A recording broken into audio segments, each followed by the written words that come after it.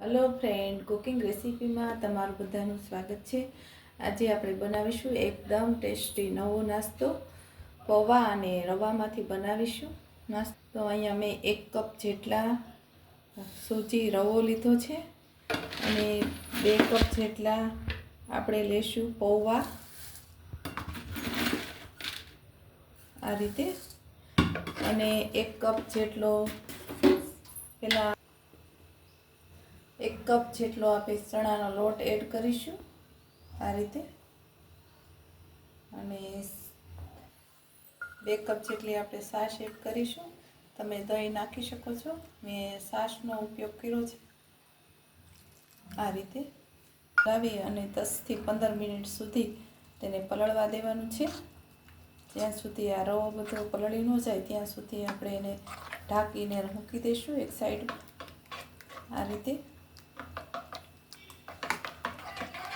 ઘઉંનો લોટ પણ ભાખરી ન હોય તો એડ કરી શકો છો, 2 થી 3 ચમચી જેટલો, પણ મેં એડ કર્યો નથી। આપણે એને ઢાંકી દઈશું 10 થી 15 મિનિટ સુધી। એમાં એક બટેકું લેવાનું છે મોટું, અને એને આપણે એનો ઝીણું ઝીણું છીણ કરી અને આપણે મસાલામાં નાખવાનું છે। 2 મરચાં લીધા છે, ધાણા લીધા છે અને લીંબુ લીધું છે, એ આપણે એને બધું સમારી લઈએ। ઝીણું ઝીણું કરી લેવાનું છે છોલ। જો તમે આવી રીતે તમારું છોલ ઝીણું હશે તો તમારા પુડલા એકદમ મસ્ત બનશે અને સારા બનશે સ્વાદમાં, અને તૂટી નહીં જાય તેનું ખાસ ધ્યાન રાખવાનું। અને બાળકોને બહુ જ ભાવે, નાનાથી લઈને મોટાને, તો તમે આ નાસ્તો એકવાર જરૂર બનાવજો। ઝીણું ઝીણું કટિંગ કરવાનું છે મરચાંનું, એટલે મરચાં તમારે એક થઈ જાય અને બાળકોને આવે નહીં ખાવામાં, મોટાને કે નાનાને।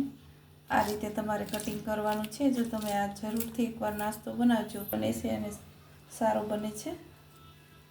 અડધી ચમચી જેટલી આપણે હળદર એડ કરીશું,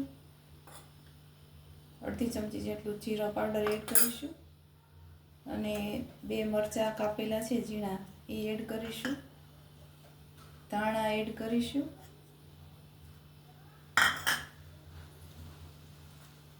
બટેટાનું છીણ કરેલું છે ઝીણું ઝીણું તે પણ એડ કરીશું, સ્વાદ પ્રમાણે મીઠું એડ કરીશું। 1 ચમચી જેટલું મીઠું એડ કરવું, અને વધારે હોય તો વધારે એડ કરવું પણ। આ રીતે આપણું બેટર છે તેને મિશ્રણ કરી લઈએ। આ રીતે હલાવવાનું છે। આપણું બેટર છે એકદમ રવો છે એ ફૂલી ગયો છે, અને તેને પણ મિક્સ થઈ ગયા છે, પલળી ગયા છે। આ રીતે તમે બનાવશો તો તમારો નાસ્તો છે તે એકદમ સારો બનશે। હવે ઉપરથી આપણે લીંબુ એડ કરીશું આ રીતે, એટલે સ્વાદ સારો આવે છે, ખાટો મીઠું।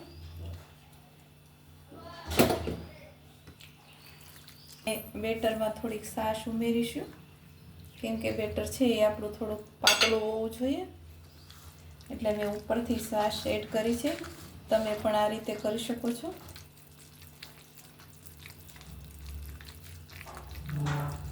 પેન લીધી છે નોનસ્ટિકની, એમાં આપણે તેલ થોડુંક લગાવી દીધું છે, એટલે આપણું આ પૂડા છે એ ચોટે નહીં, એનું તમારે ખાસ ધ્યાન રાખવાનું। આ રીતે બનાવવાનું છે।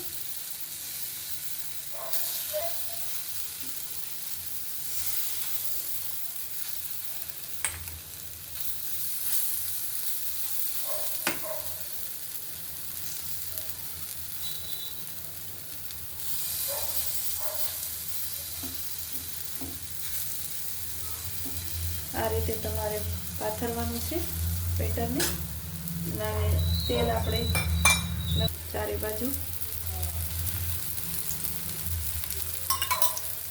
એટલે ગેસની ફ્લેમ છે એ હાઈ રાખવાની છે। પહેલાં ગરમ થઈ જાય એટલે મીડિયમ મૂકી રાખવાની છે।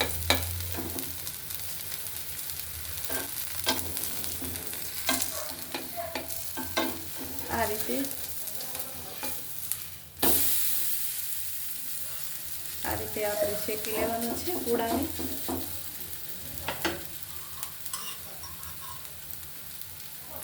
આવી રીતે તમે બનાવશો તો અવશ્ય બનશે તમારા પૂડા. નવા નાસ્તામાંથી એક મેં થોડુંક તેલ ગ્રીસ કરી લીધું છે, તમે પણ કરી શકો છો. અમારો નવો નાસ્તો તૈયાર થઈ ગયો છે. અમારો નવો નાસ્તો સારો લાગ્યો તો કોમેન્ટમાં જણાવજો અને જરૂર તમે બનાવજો એક વખત. લાઈક કરજો, શેર કરજો અને ઘંટી દબાવવાનું ન ભૂલતા. નવી નવી રેસીપીના નોટિફિકેશન જોવા મળશે. Thank you for watching.